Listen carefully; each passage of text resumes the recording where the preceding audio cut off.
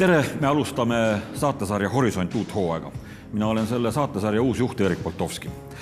Horisont, nagu kõik teavad, on selline näiline piir kauguses, kus taevas ja maapind omavahel kokku saavad.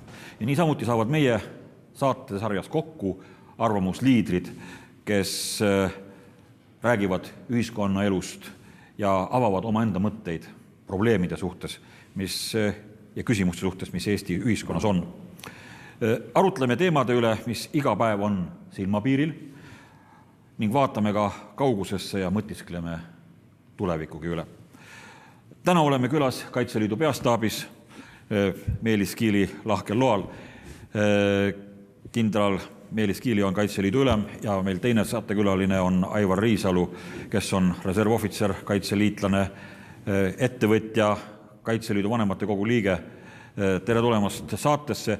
Ja mul on üks palve teile, kuna me eraelus omavahel oleme nii vanad tuttavad juba, et me räägime tavaliselt sina, siis kas me võime seda ka saates? Ja loomulikult, saatejuht on ka reservohvitser. Ja nagu sa ütlesid, me oleme vanad semud ka juba, nii et ikka sina peal. Selle saate salvestamise ajal on meil õues veel aprillikuu ja 4. aastat järjest peetakse veteranide päeva aprillikuu lõpus. Veteranide kuud Naiskodukaitse müüb Sinilille kampaania käigus selliseid märke, nagu meil kõigil on revääri peal. Ja jüripäeval on Vabaduse väljakul suur rockikontsert, veterani rock. Veterane on meie ühiskonnas 2800 inimest. Eesti jaoks on see suur hulk mehi ja naisi. Aga Eesti kaitsejõudude välismissioonidel on käinud mitte ainult elukutselised kaitseväelased, vaid ka paljud kaitseliitlased. Brigaadikindral Meelis Kiili on ka ise elukutseline sõjaväelane ja ma tean, et mitmete muude audasude seas on sind audasustatud ka rahvusvahelistes sõjalistes operatsioonidel osalenud medaliga. Et kus sa käisid? Vastab tõele jah, et mina olen olnud missioonil Lõuna-Liibanonis. Aga ega teenistuskarjäär on nii pikk, et ega enamik konfliktipiirkonnad on ka läbi käidud oma erinevates ametikohustes. On see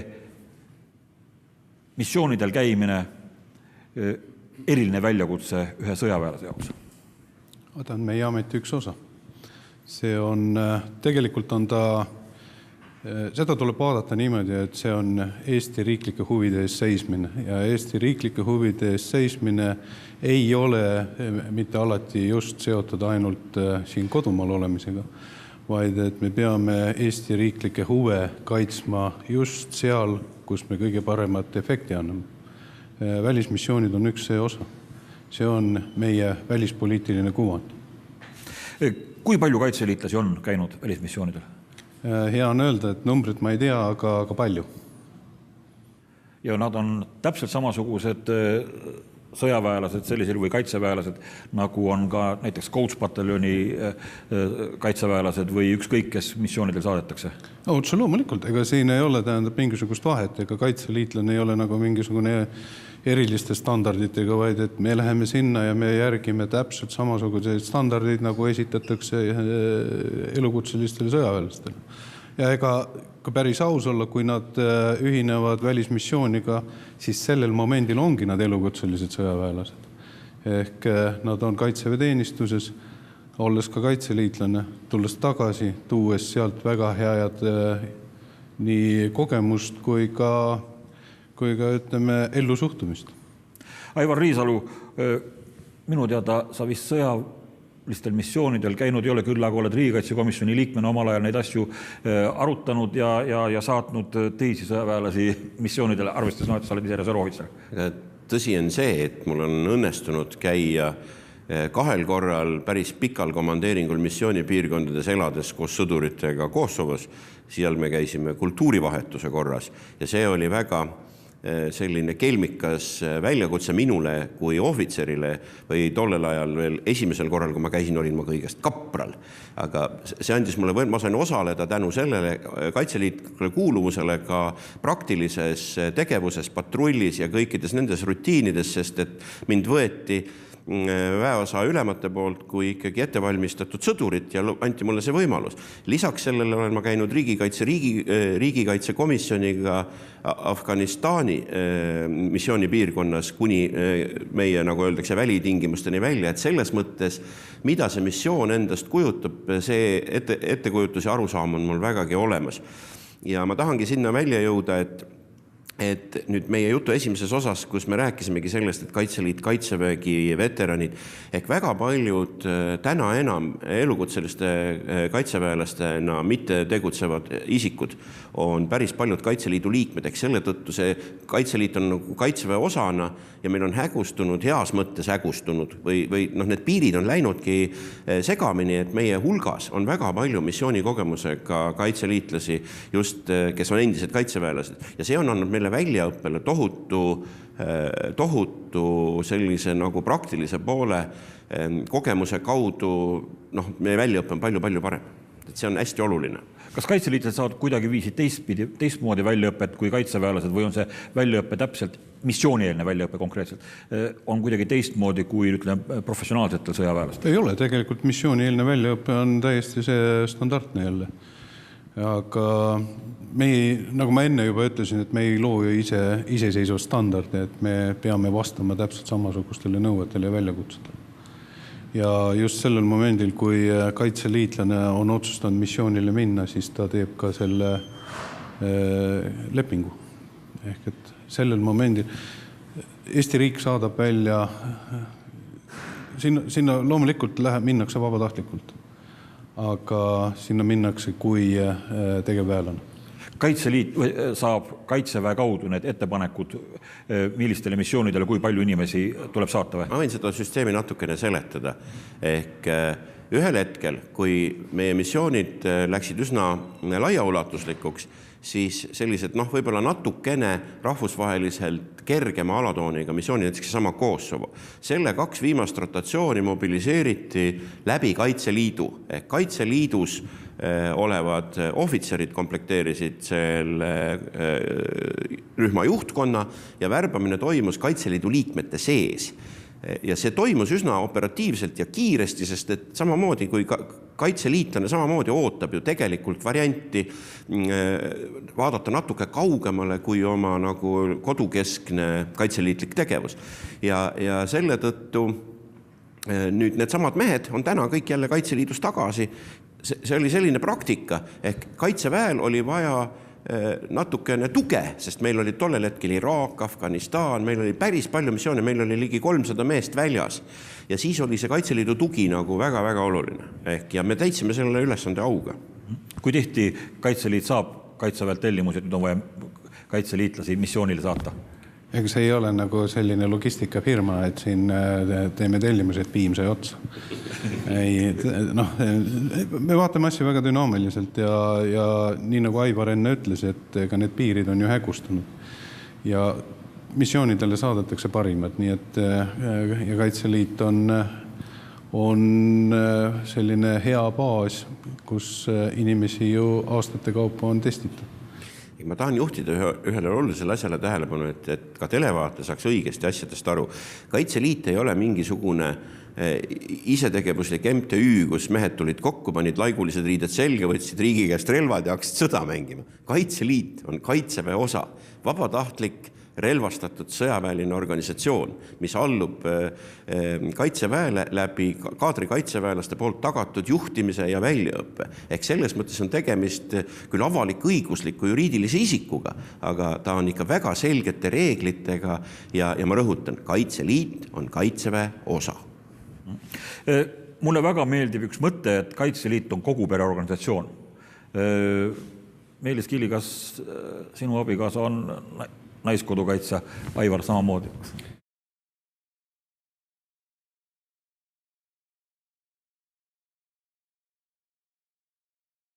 Ehk seda ma võin kindrali puhul kinnitada, et kui me tahame kuvandit aktiivsest naisest, kaitseliitlasest, siis kindrali abikaasa on selles osas ääretult tubli, kellest tasuks õppida, sellepärast et tema sisulisel juhtimisel on mina kui Harju maleva pealiku abi veel ka lisaks kõigele, mis on Eesti üks suuremaid Kaitseliidu malevaid, Ehk meil on Harku rannikukaitse üksikkompanii ajalooliselt taastatud üksus ja kindrali abikaasa Silva Kiili on selle üksuse üks arvestatavamaid loojaid ja tegelikult, oleme ausad, ka täna sisuline juht. Et see näitab seda, et nüüd kõik naisõiguslased toetage Kaitseliitu, meil on naistel võimalik teha ka sellist karjääri, positiivset sõjaväelist karjääri ja muuseas naised võrdselt meestega saavad osaleda ka erinevates väljaõppekomponentides ja kuni selleni välja, et ka Kaitseliidu haridussüsteem nii allohvitseri kui ohvitseri tasemel on meil hästi toetab seda, et mehed-naised võrdselt saavad seal ennast harida. Ehk kui naine üritab minna kaitseväkke, siis see reeglina on selline keerulisem otsus. Võib-olla seda ei taheta teha, aga Kaitseliidus on küll kõik naised väga teretulnud ja meil on neid väga vaja. Võib-olla tagasi tulles selle Kaitseväe ja Kaitseliidu osas, et ega riigikaitse on ju, kui me räägime riigikaitses laiast käsitlusest, siis räägitakse sõjaaja ametikohtadest, siis võib ju retooriliselt küsida, et milline ametikoht sõjaajal ei ole sõjaaja ametikoht. Ehk et riigikaitse on jagamatu ja me oleme oma tegevustega ikkagi väga läbile lõimitud. Kaitseliit on avalik õiguslik, meil on need allorganisatsioonid või mitte allorganisatsioonid on vale. Nad on struktuuriüksused nagu Naiskodukaitse, Noored Kodutütred. Ega nemad oma igapäevategevustes, ka see on riigikaitse üks osa, sest et mis on riigikaitse kõige suurem garantii, on terve ja tugev ühiskond.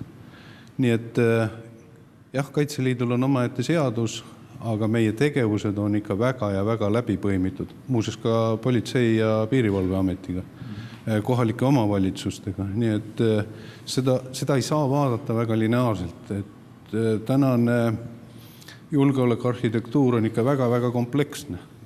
Et me oleme üks väga oluline osis väga suures ja keerulises süsteemis. Kui palju praegusel hetkel Kaitseliitus on, kui suur on Kaitseliidu organisatsioon tervikuna ja kui palju seal on relvakandjaid liikmeid ja kui palju on eriorganisatsioonide liikmeid? Eriorganisatsioon ei ole, on olemas struktuuriüksused, kui me oleme terminites nüüd korrektsed. Siis kui ma nüüd ei eksi, siis viimane number on 25 700 midagi. See number on pidevas muutuses, kasvutrendis. Ligemale 6000 nendest on Noorkotkad Kodutütred kokku.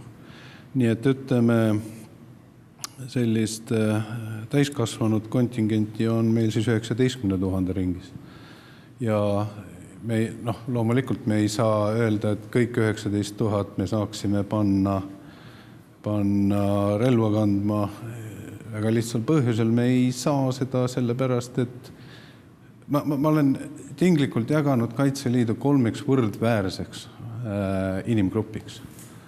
Ja ma nimetan seda 3V kontseptsiooniks. See on võitlejad, see on võimaldajad ja see on võimendajad. Ja kõigil on oma roll kanda. Võitlejad on need, kellele me saame anda relva ja kelle me saame panna ka lahingüksustesse. Võimaldajad on need, kes kas oma füüsiliste eelduste poolest või väljaõppe poolest veel ei ole niivõrd sinna või vastupidi, on juba nii pika Kaitseliidu teenistusega, et nad lähevad toetavatesse ülesannetesse. Aga jälle, ükski võitleja ei võitle, kui teda ei võimaldata. Nii et formeerimine on üks näide. Väga oluline. Formeerimist ei ole, võitleja ei võitle. Ja võimaldajad on need, või võimendajad on need, kes teevad riigikaitset läbi oma igapäevatöö. Meil on ju poliitikuid, arste, meil on tegevsõjaväelaseid, need, kes toovad oma kutseoskused kaasa, kes siis on koolitajad, on arvamusliidid, on mõjukad inimesed ja nii edasi, nii edasi. Et Kaitseliit kui tervikorganisatsioon on tugev.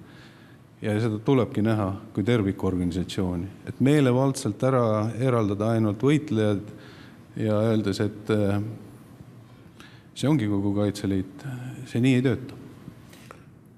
Kindral jätab siin korrektse ohvitserina, kes ei analüüsi olukordi, teatud asjad ütlemata, aga mina kui tsiviilisik võin selgelt välja öelda, et mina loen täna võib-olla poliitilisel pinnal ja natukene ka tegelikult Kaitseministeeriumi pinnal probleemiks seda, et Kaitseliitu suhtumine ongi kuskilt maalt üleolev. Ehk nähakse meis ainult seda niinimetatud rohelist struktuuri, mis on integreeritud selgelt riigi kaitseplaanidesse sõjaliste relvaüksustena. Ja vähem täna, küll kuigi see arusaam, ma tunnistan, on hakanud muutuma ja on hakanud liikuma. Vähem tahetakse tunnustada seda meie niinimetatud kollastruktuuri, mis on siis täpselt need üksused, kes on piirkondlikud, teostavad territoriaalkaitset, nad on meil struktuuris täiesti olemas, nüüd on hakanud neile liikuma ka rohkem võimalusi ja selle üle on siiralt hea meel, sest küsimuse nimi on selles, et ükskõik millises kriisis, on see loodusõnnetus või hoidku jumal sõjaline konflikt, on meil vaja tegeleda terve rea probleemidega territooriumil julgeoleku tagamiseks, millest politsei ja Päästeameti jõust võib jääda väheks, kuni selleni välja, et valmistada ette kas liitlaste või enda regulaarvägede liikumist maastikul, otsida diversante, mida iganes teha. Et see on see roll Kaitseliidul, mida täna ei taheta tunnetada nagu plaanide tasemel, aga mida tegelikult külamehed juba 40. aastatest nagu metsavendade aegadest peale, kus iga põõsas on vastupanu kolle, see ei jõua täna nagu steriilsesse ministeeriumisse või kabinetti kohale, sest noored ametnikud on õppinud Ameerikas ja nad ei saa kõikidest asjadest selliselt aru, nagu saavad minusugused mehed aru, kellel on juba mida kaotada. Ma muidugi natuke vaidlen selle vastu, et endise insenerina ma analüüsin asjad ikka väga detailideni läbi ja sünteesin ka. Sa ei saa nendest rääkida, sellepärast, et korrektselt ohvitserid ei ütle teatud asju välja, mis on täiesti normaalne, nii on kokku lepitud riigis. Aga tegelikult ega see on Kaitseliit kui organisatsioon, kui tervikorganisatsioon, see vajab aeg-ajalt ikkagi koolitamist ja harimist ja see vajab ka selgitusi. Ja ma tunnistan ausalt, et see on ka üks minu väga suur osa minu tööst, et ma peangi seda tegema. See on see, milleks on mind organisatsiooni ette pandud. Mina toon lihtsalt kelmika näite, et kuidas on Riigikogu liikmest Eesti ühiskonnale kasu. Kui mina olin Riigikogu riigikaitsekomisjoni aseesimees, tuli meile parlamendi menetluse riigikaitseseadus, kus Kaitseliit oli lahti kirjutatud esimeses versioonis ühe lausega.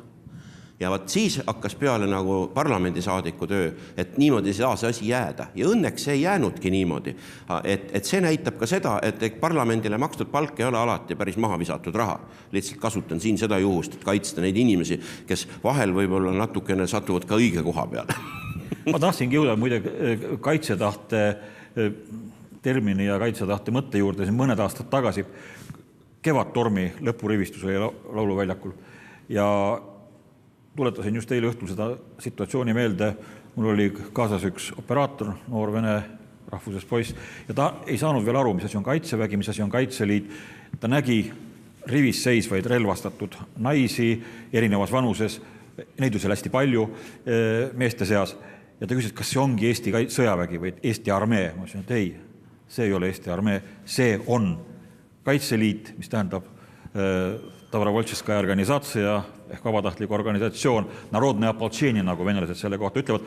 Selle peale, et ta jäi hetkeks nagu mõttesse ja ütles, вот это я уважаю. Aga ma siiski juhin ka saatejuhi tähelepanu sellele, et taaskord, et me peame olema alati korrektsed.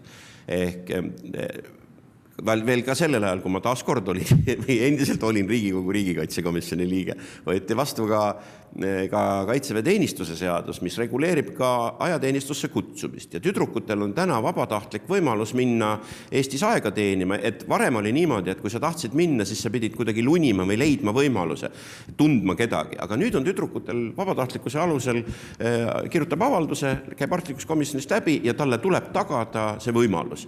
See on riiklik poliitika poliitika ja selle tõttu võib ka olla täna väga palju tüdrukuid ka Kaitseväe väeosade rivis relvaga Kevadtormi lõpurivistusel, sellepärast et seal seda vahet jällegi tõmmata ei saa. Et mul on nii tore praegu, et kõik naisõiguslased on minu poolt.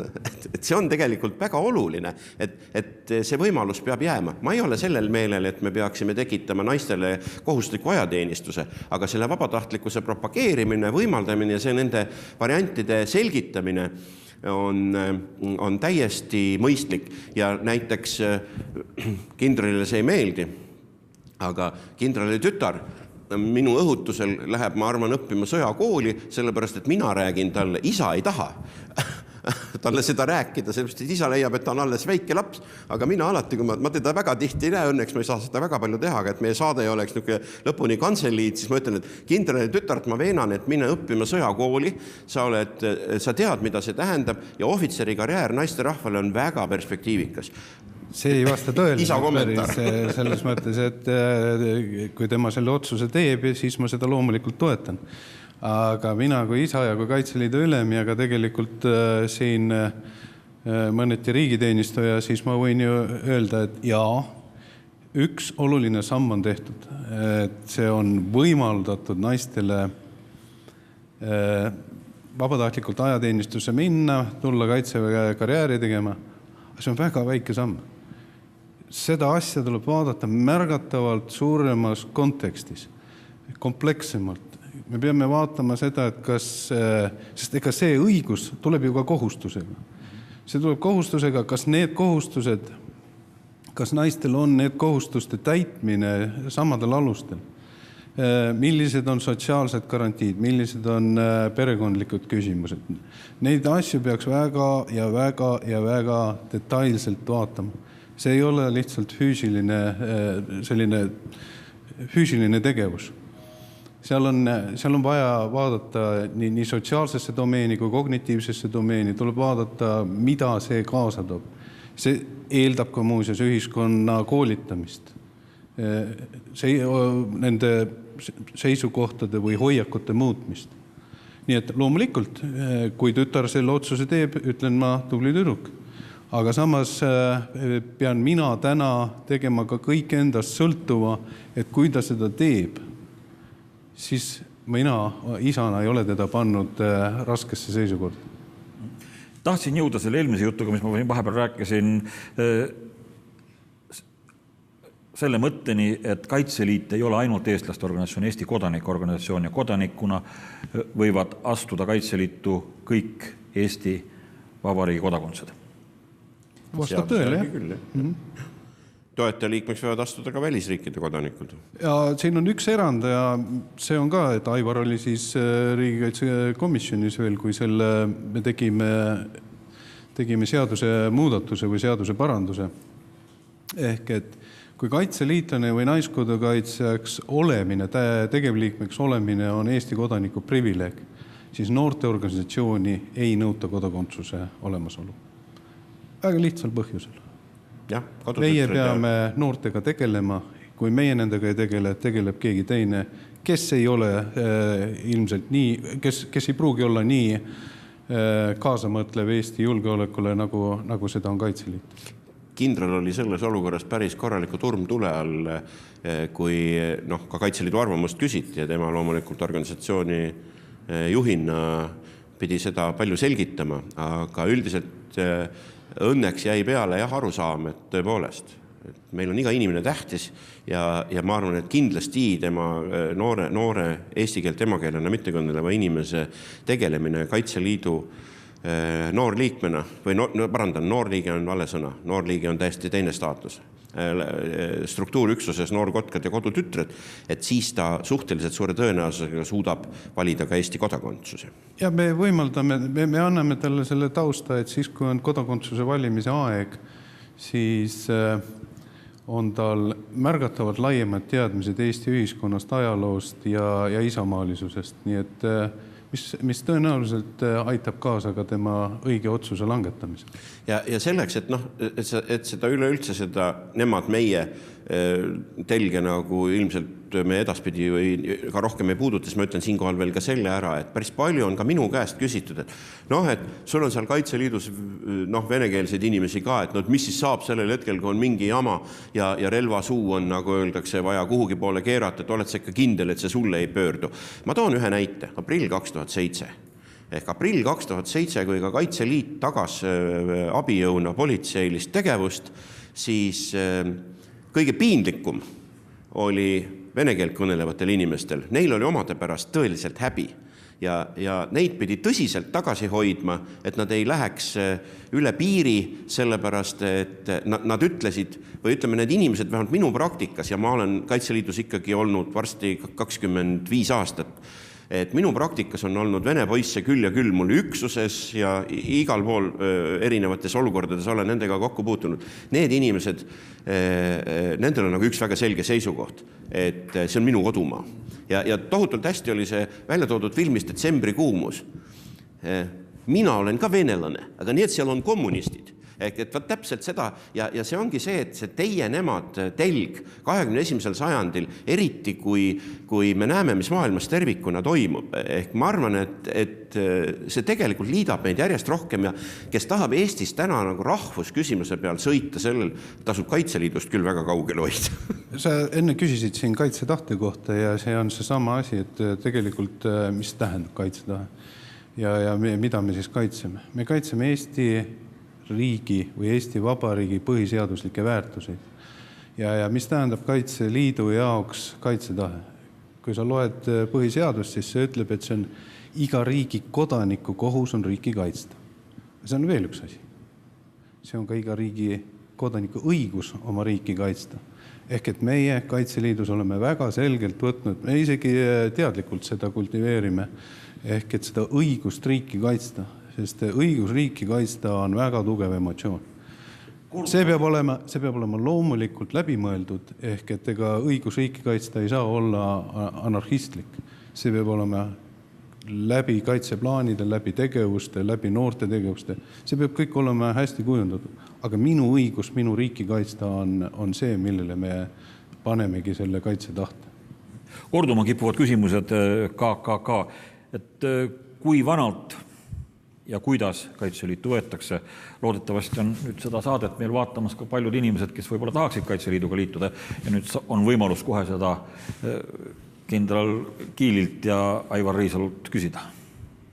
See on selline küsimus jah, et tegelikult kui me võtame, et Kaitseliidu struktuuri üksuseks on ka noorkohtad kodutütred, siis tere tulemast 7-aastaselt ja ülempiiri ei ole. Lihtsas keeles öeldes on lapsed saavad kuuluda 7-18, siis on olemas noorliikme staatus, mis on 17-18 eluaastat. Tema on tegelikult juba nagu Kaitseliidu liige noorliikmena. Ja siis edasi on niimoodi, et 18 üles ja ma alati toon ühte kelmikat näidet. Meil oli üks väljaõppeüritus, kus üks hästi endast väljas taat tuli minu juurde ja ütles, et härra kapten, mind saadeti koju, et ma olen väga solvunud praegu. Ehk formeerimisüksusega oli tegemist ja kohal oli tulnud rohkem mehi, kui vaja oli. Ja talle öeldi, et ole hea mees, et mine koju täna, et puhka. Ja mina siis hakkasin temaga rääkima, selgus, et tal oli sünnipäev, 80. sünnipäev. Aga et talle öeldi viisakalt, et mine koju pea sünnipäeva. Ja tema oli sellest nii endast väljas, ütles, et mind saadeti ära, et kas mind ei ole siis enam vaja. Ja ta oli väga kõbus, ta oli väga vitaalne ja ütleme siis niimoodi, see on nüüd Kaitseliidu üks kuidas ma ütlen, mitteametlikke loosungeid. Meil leidub koht igaühe jaoks. Kaitseliit ei ole ainult sõjalise kaitseorganisatsioon. On kaitseliitlasi, kes on abipolitseinikud, või Päästeametil vist on oma vabatahtlik organisatsioon, on kaitseliitlased ka Päästeameti liikmed. Sellega on nüüd niimoodi, et aktiivne inimene kuulub väga paljudesse kohtadesse. Ehk aktiivne inimene võib olla samal ajal abipolitseinik, ta võib olla vabatahtlik päästja. Et kui need tegevused on hästi lahti planeeritud ja ära sünkroniseeritud, siis nad pigem täiendavad üksteist, ei sega. Ja meil on väga hea ja tõsine progress praegu toimunud oma plaanide kooskõlastamisel nii Politsei- ja Piirivalveametiga kui ka teiste riiklike institutsioonidega. Nii et ma julgen väita, et me tegelikult teame, millal ja millises rollis inimest kasutada ja rakendada. Suhteliselt raske rahvusvahelise olukorraga praegu meil on liitlaste kontingent, NATO liitlaste kontingent on Eestis sees. Kas see muudab ka kuidagi Kaitseliidu rolle või Kaitseliidu ülesandeid? Kaitseliidu rolle ja ülesandeid ei saa liitlased muuta, sest et Kaitseliidu ülesandeid püstitab Kaitseliidu seadus. Küll aga ta on muutnud meie väljaõppe ja õppuste iseloomu, sest et väga mitmekesiseks, et Kaitseliidu õppused on läinud väga paljuski mitmerahvuseliseks. Ehk täiesti normaalne, et meile tuleb ka Briti kompanii meie õppusega integreeritakse, USA üksus integreeritakse, on Soome, Rootsi, Taani. Ta on rahvusvaheline.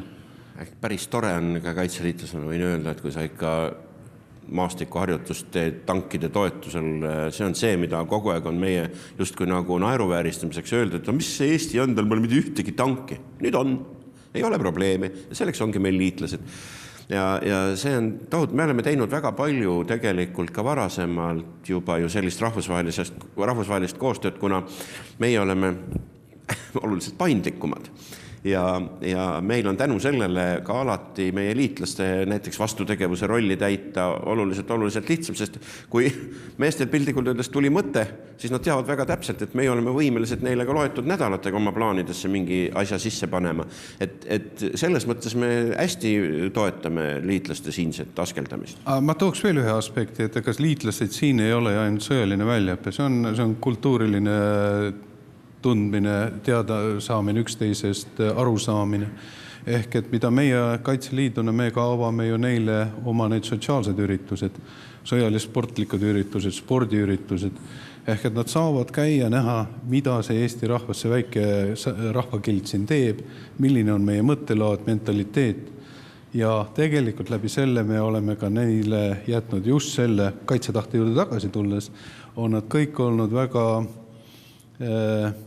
meeldivalt üllatunud, kuivõrd suure ja tugeva tahtega on Eesti rahvas.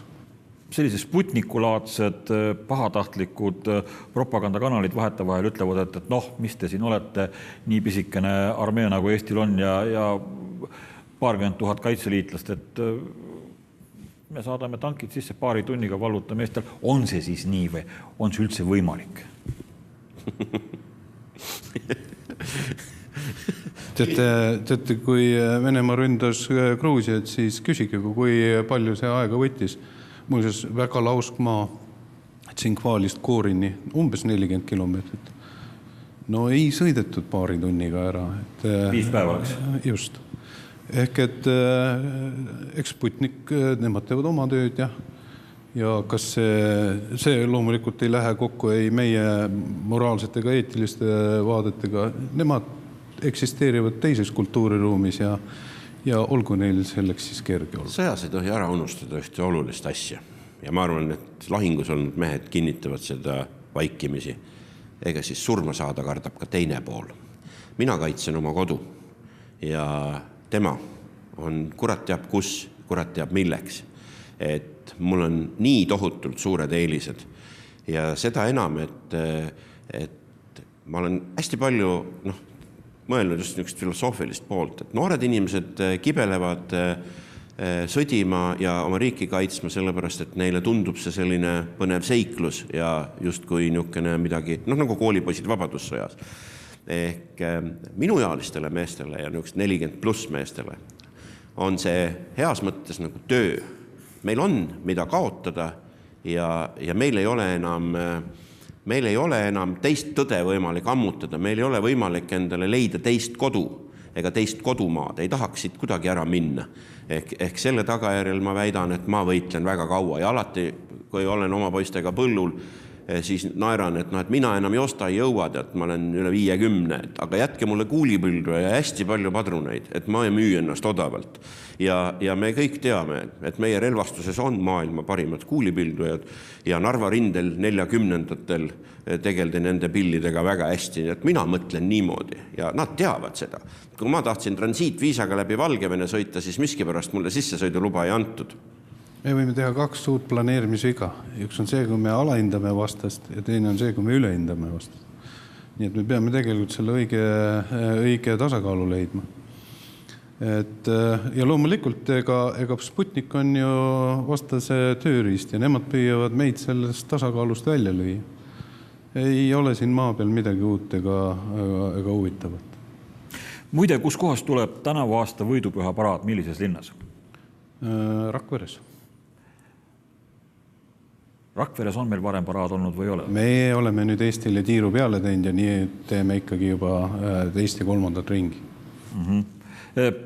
Esimese Eesti Vabariigi ajal enne sõda oli Kaitseliidus, kui ma mälu mind ei petta, 42 000 inimest, 42 000 liiget.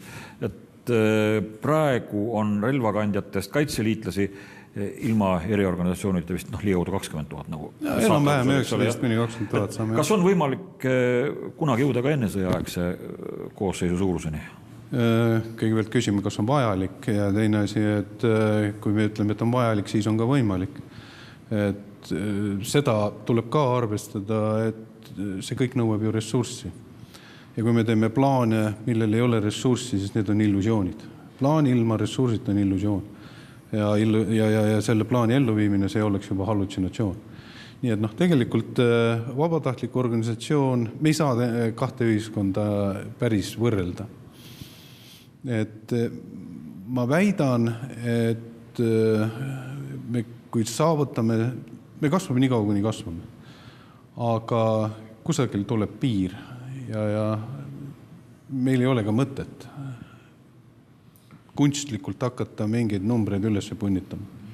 Kui me võtame aluseks selle, et täna tegelikult ju Eesti ühiskond,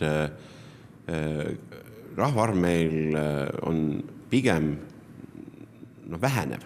Ehk meil tuleb palju siia teistest riikidest inimesi, kuna me oleme vaba majandusruum Euroopa Liidu mõttes. Meil tegelikult on päris palju sissesõitjaid. Ja selle tõttu ütleme, see põhirahvastik tegelikult vananeb ja väheneb. Ja meie selle juures näitame päris korraliku kasvutrendi, siis mina väidan, et me oleme tegelikult väga õigel teel ja meil on läinud väga hästi. Ja mina võin näiteks jälle oma kogemustest öelda, et keda ma täna Kaitseliitu kutsun ja keda on suhteliselt lihtne värvata ja näiteks ka jällegi ka möödunud nädalal mul õnnestus üks uus liige saada.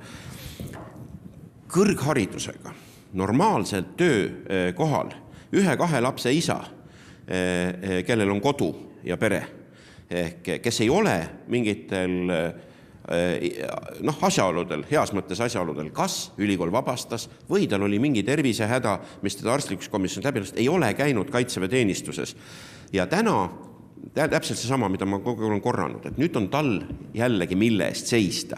Ja nüüd hakkab mõtlema, et mida mina saan teha, et ühiskond oleks parem, et minu lastel ja naisel oleks tore olla. Ja mina olen selle teadmise baasilt päris palju suutnud Kaitseliitu tuua uusi liikmeid, kes on targad, haritud, motiveeritud ja tegelikult tark sõdur või tark allohvitser või ohvitser, kes tegelikult neid poisse saab väga tihti, kui nad tahavad suunata kohe ka ju täiendõppesse allohvitseri või ohvitseri kursustele, sest neil on kõrgharidus näiteks ju olemas. Ja sellised mehed on väga teretulnud ja ma kutsungi üles, et ärge kartke. Seadus ütleb väga üheselt, et kaitseliitlane on kohustatud Kaitseliidu seaduse alusel panustama Kaitseliidu tegevusse 48 tundi aastas miinimum, siis ta loetakse nagu oma kohustuse täitnuks. Kes on saanud väljaõppe, paigutatud ametikohale, ta võib-olla peaks, kui ta ei taha olla seal aktiivne, siis ta käib 1 korra aastas õppusel ja me teame, et ta on meil olemas.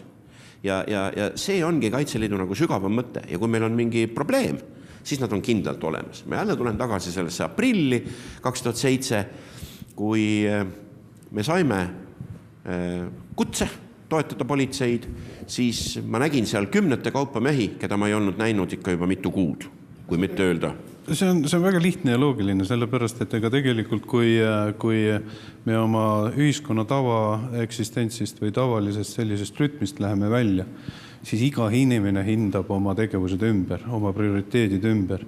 Ja siis, see on see võib-olla, kus ametnikkond vahest aru ei saa, kui küsivad, et mis siis saab, kui nad ei tule? Tulevad küll, kui ta on juba vabatahtlikult ennast üles andnud ja ta on käinud ja osalenud Kaitseliidu töös, tal on millegi pärast teatud oma elu seadmise tõttu vähem aktiivne periood, siis kui ühiskondlikest normidest minnakse üle või muutused on juba nii suured, et ta tunnetab, et nüüd on see aeg, kus ma pean tulema ja panustama, tulevad jah. Ma toon ühe positiivse näite jälle. Ka, mina olen ühe teatud staabi koosseisus Kaitseliidu erinevatel õppustel käinud ja selle tõttu see ei ole mingi riigisaladus, aga näiteks kui meil on nagu selline tagasiside näide, siis inimesed annavad tagasisidet, kui me oleme siin 15 Norras praegu, et kas meil on vaja, et me tuleme. Ja siis neile saab nagu öeldud reeglina, et ärge täna tulge, et täna on meil okei. Ja siis me teame seda, et kui neid tõesti on vaja, siis nad tulevad ka sealt Norrast. Ehk selline positiivne kogemus on muuseas meil olemas ja kindral teab seda, et selline kogemus on olemas. Rohkem on neid kogemusi olemas, et kõige kaugemaga telefonikõne me oleme saanud ka Austraaliast, et mul võtab paar päeva aega, et jõuda. Okei, ära siis tule, et meil selleks ajaks, kui sa koju jõuad, on õppus läbi. Et on jah, ja see näitab seda, et inimesed küll käivad ära, aga nad peavad ikkagi väga oluliseks seda turvalisust ja ega see ei ole ainult see maatükk, see on ka nende lähedased, nende sõbrad. Ja et meil liiga kuiv saade ei oleks, ma toon veel ühe nagu värbamisnäite, mida tegelikult meie värbajatel tasuks kindlasti kõrva taha panna. Ja kui see pereisa siis räägib sulle kõrgharidusega, pereisa räägib, et ma ei taha, ma ei ole mingi militarist, siis on talle mõistlik öelda, et kuule, aga sul naine karjub su peale, et sul on palk väike ja sa oled liiga kaua tööl ja karjub küll, jah. Kuule, aga siis tule Kaitseliitu, siis sa saad naise juures täiesti legaalselt mitmeks nädalavahetuseks aastas metsaõppustele tulla, sa saad seal füüsiliselt pingutada, sa saad olla seal kamraadide keskel ja naine ei saa mitte midagi öelda, sellepärast, et sa kaitsed Eesti riiki ja sinu naisel ei ole moraalset õigust sulle mitte midagi ette heita. Mehed ütleb, ossa kuramus, see on hea põhjus. Aga ma tean paremat värbamistrikki, et tuleb tegelikult naised enne ära värvata, sest et meil reeglina näidatakse, et kui perest läheb naine enne, siis tulevad mehed kiiremini järgi, nii et selle asemel, et sina said ühe, aga ma sain 2 praegu. Okay. Kas Kaitseliit kaoks, väheneks või hääbuks, kui meil ei oleks seda suurt ida ohtu?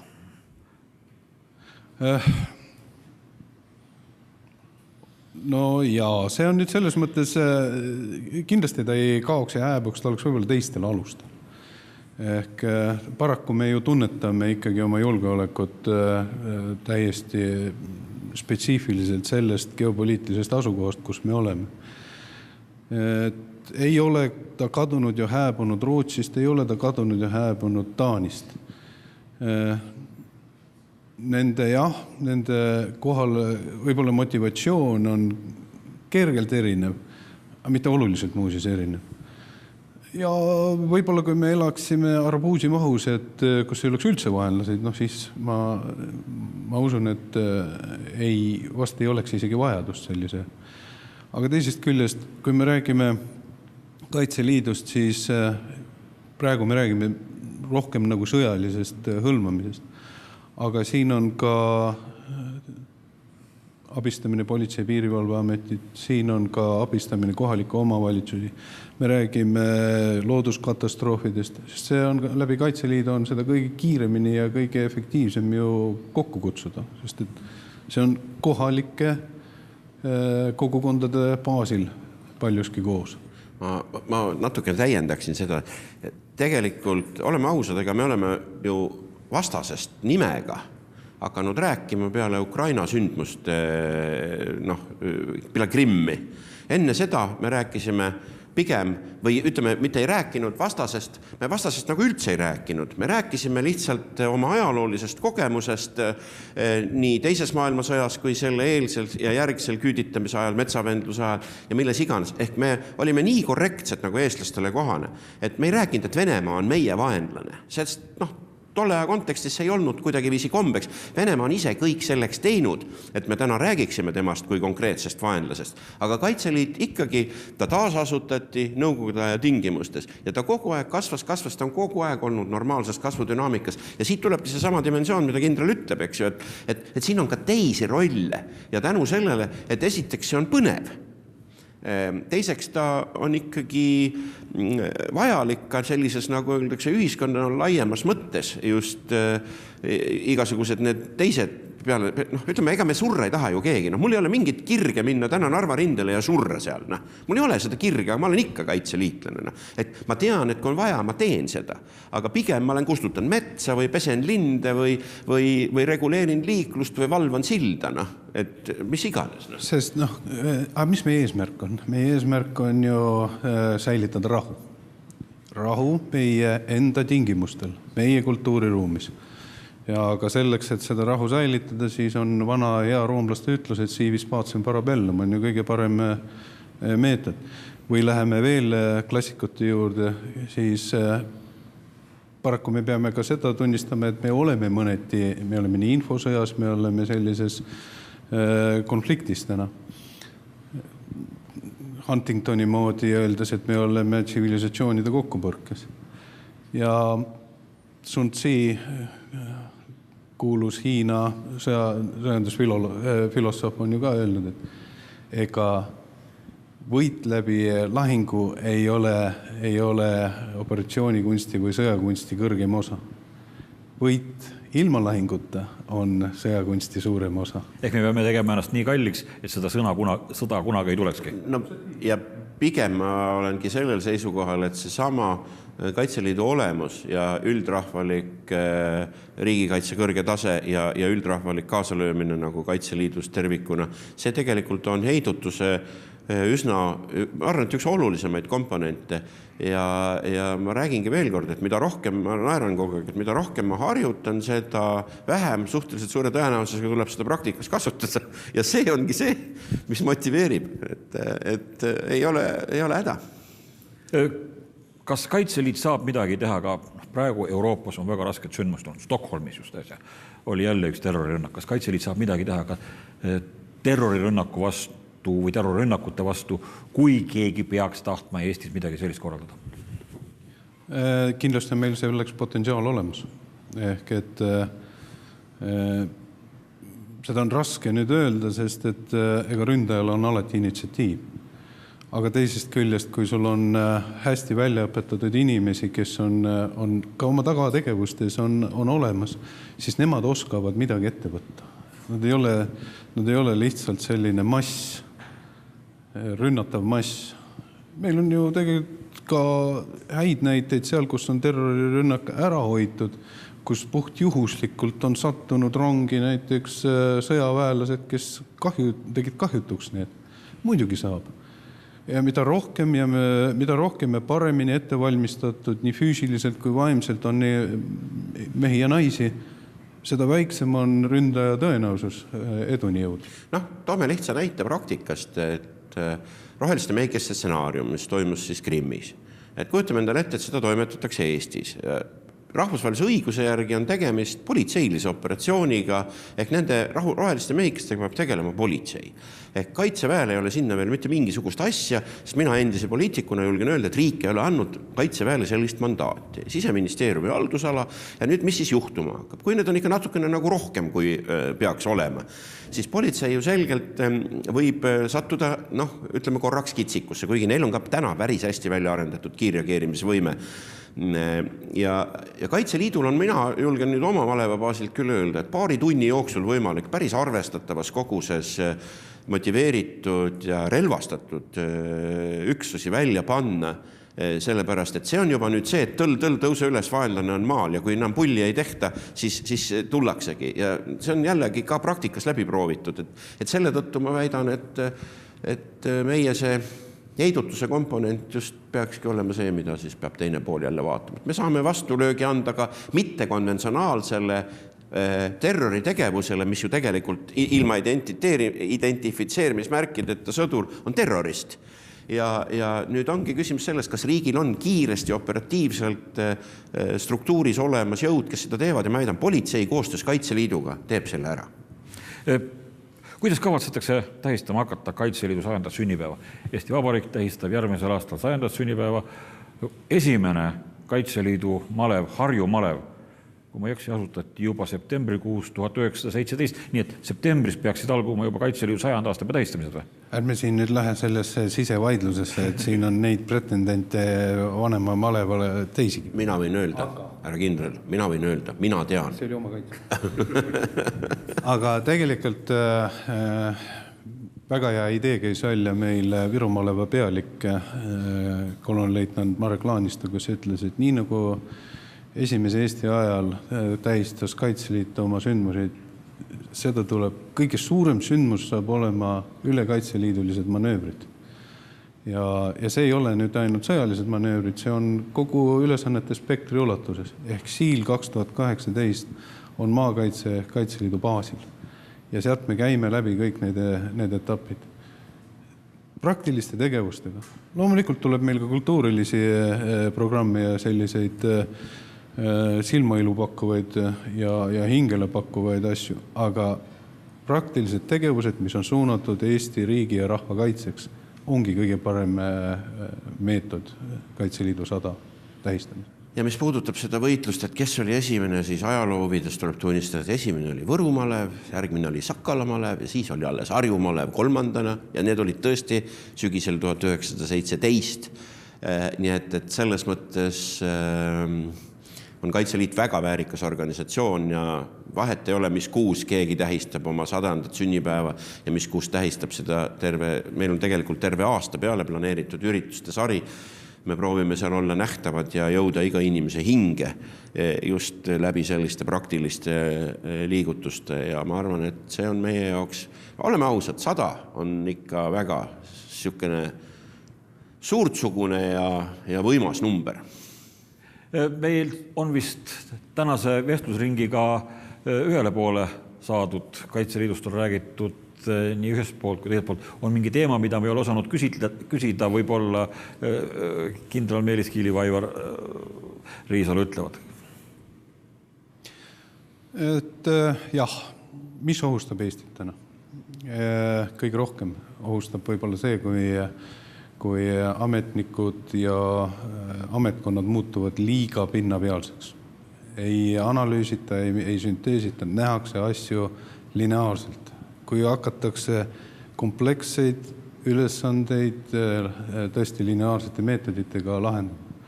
Just hiljuti meie seast lahkunud Kalju Komissarov ütles, et mis asi on professionaalsus. Professionaalsus on pinnapealsuse puudumine. Nii et siin on üleskutse kõigile, et me ei tohi, see on meie püha kohus, näha ja mõelda ja tegutseda. Churchill, mida ütles? Ühel või sellel valitsuskabinetis tuli sinna ja ütles, et härrased, meil on raha otsas, on aeg hakata mõtlema. Meil ei ole kunagi nii palju ressurssi, et me saaksime omale lubada mitte mõtlemist. Ja mina lõpetaksin sellel lainele, et kutsuks kõiki Eesti Vabariigi kodanikke, mehi, naisi, poisse, tüdrukuid meiega liituma, sellepärast, et meie juures on tore, meie juures saad sa ennast arendada, sa saad olla riigile ja tegelikult ka iseendale ja oma lähedastele kasuks. Ja mida rohkem meid on, seda kindlamalt me võime öelda, et meil ei ole probleeme. Aitäh teile vaatamast saadet Horisont. Me kohtume teiega järgmises saates, kus on teemaks juba järgmised küsimused ja külalisteks on hoopis teised inimesed. Suur tänu!